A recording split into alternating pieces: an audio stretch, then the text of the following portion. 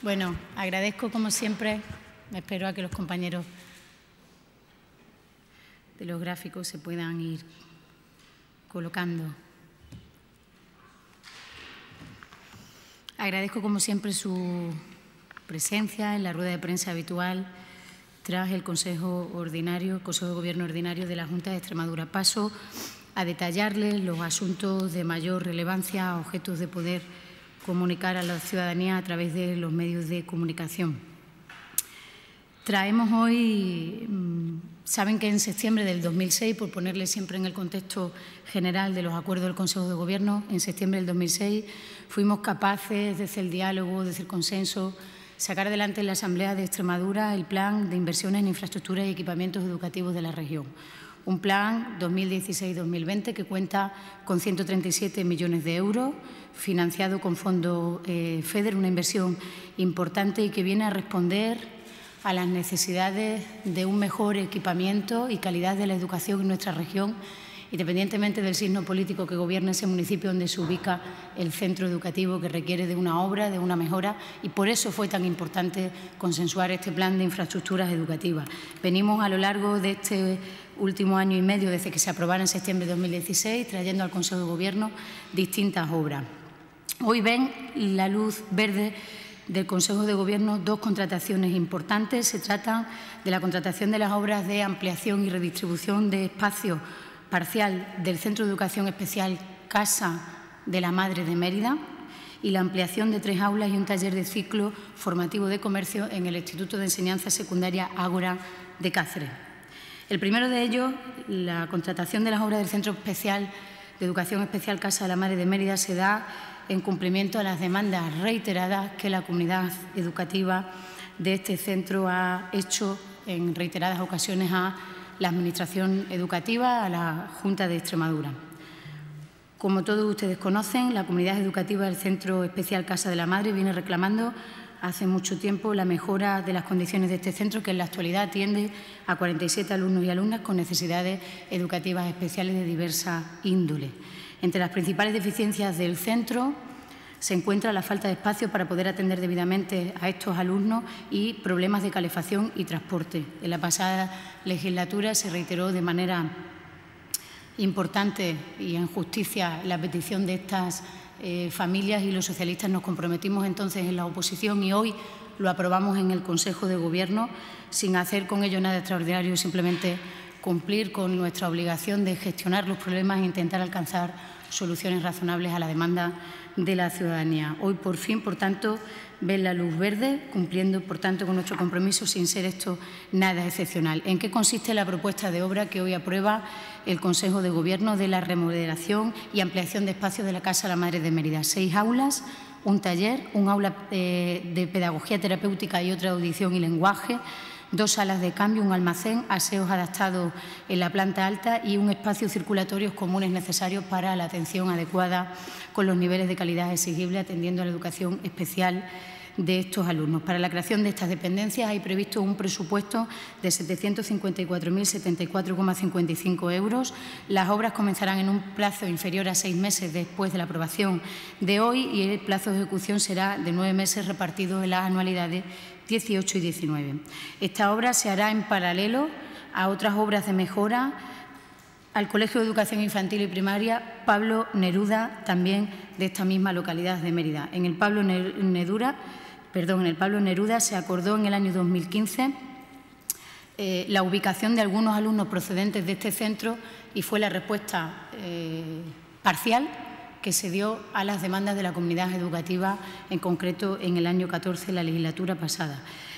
¿En qué consisten las obras de mejoras que también se van a llevar a cabo en el Pablo Neruda, atendiendo a las demandas de la comunidad educativa Casa de la Madre? El acondicionamiento del patio delantero del centro, la construcción de un nuevo porche y la eliminación del depósito de gasoil. Esta actuación se prevé en torno a 200.000 euros y ya se está iniciando ese trámite administrativo que, como ustedes conocen, al no superar los 600.000 euros no requiere de su paso previo por el Consejo de Gobierno, sino que es una gestión gestión que hace la Junta de Extremadura con los permisos pertinentes al Ayuntamiento para poder materializar también esa obra específica del Pablo Neruda de arreglo del patio delantero y del porche por valor de 200.000 euros que se vienen a sumar a la reforma integral de más de 700.000 euros que se harán en Casa de la Madre.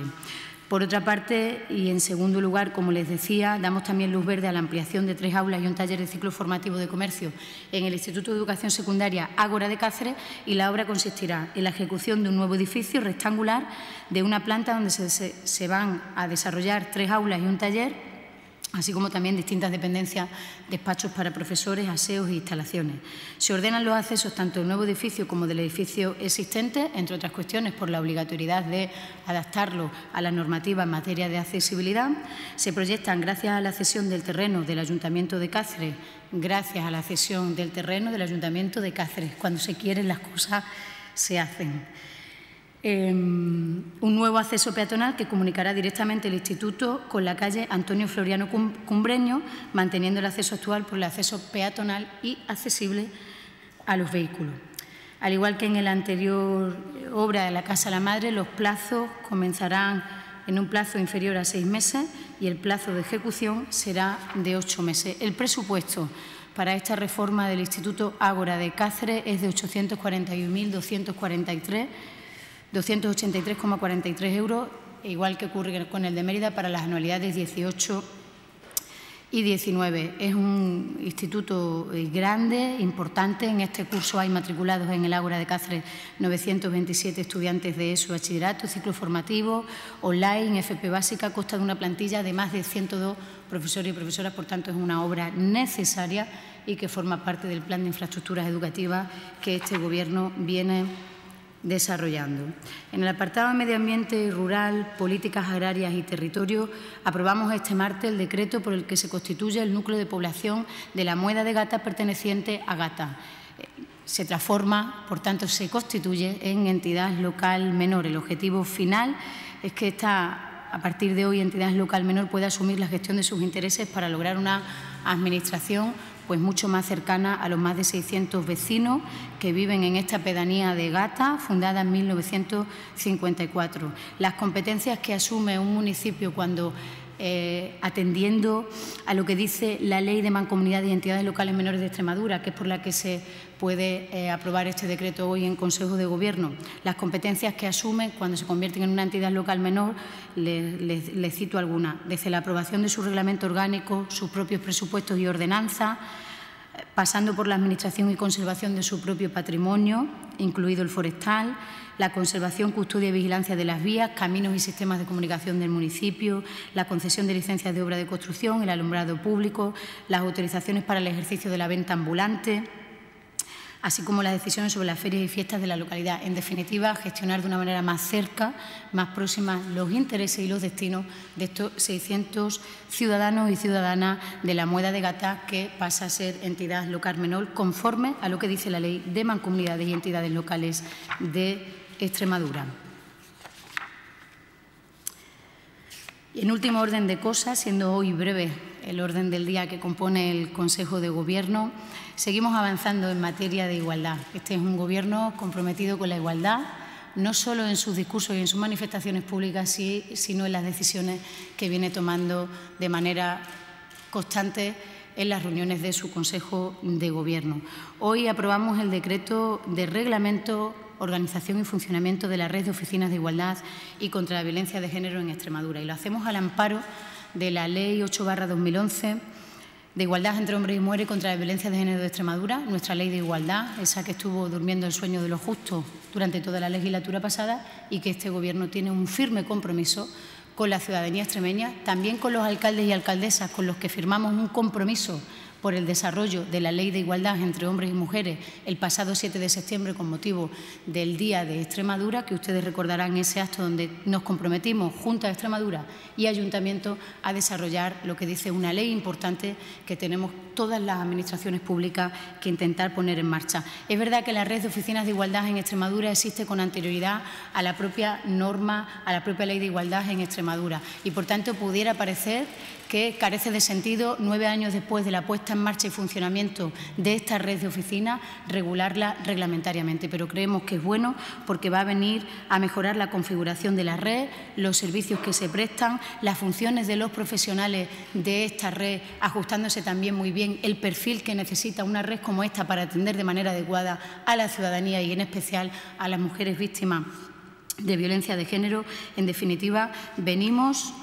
cada Consejo de Gobierno intentando poner en marcha una ley que creemos prioritaria para el conjunto de la acción de la Junta de Extremadura y que creemos que su beneficio se tiene que ir plasmando como lluvia fina cada día en el conjunto de la ciudadanía. La red de oficinas de igualdad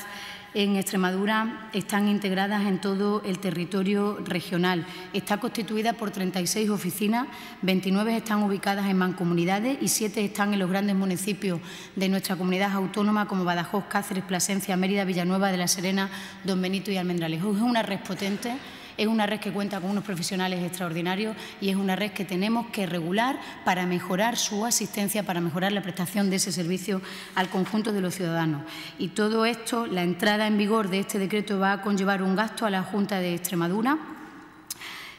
pero es conveniente recordar que el funcionamiento de esta red cuenta con su propio presupuesto en la Ley de Presupuestos Generales de la Comunidad Autónoma y, concretamente, en el ejercicio actual, en la Ley de Presupuestos del año 18, se recoge 1.930.000 euros para garantizar el buen funcionamiento de esta red, que creo que está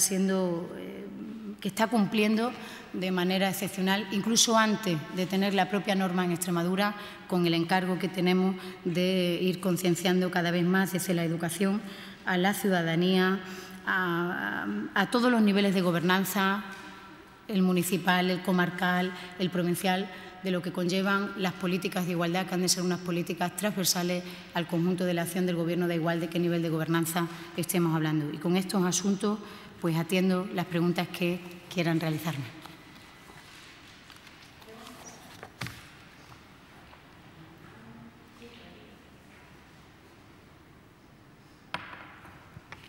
Buenos días.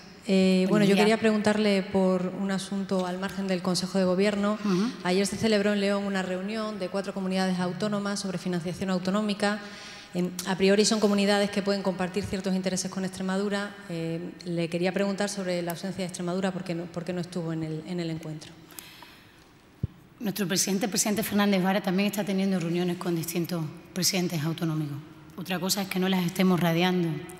porque el presidente Fernández Vara es un presidente que cree que el ruido ante las cuestiones capitales para la mejora de la vida de los ciudadanos sobra. Por tanto, es legítimo que otros presidentes hagan lo que quieren hacer, pero aquí no se trata de ver cuántas entrevistas o fotografías acumulamos cada uno. Aquí se trata de otra cosa.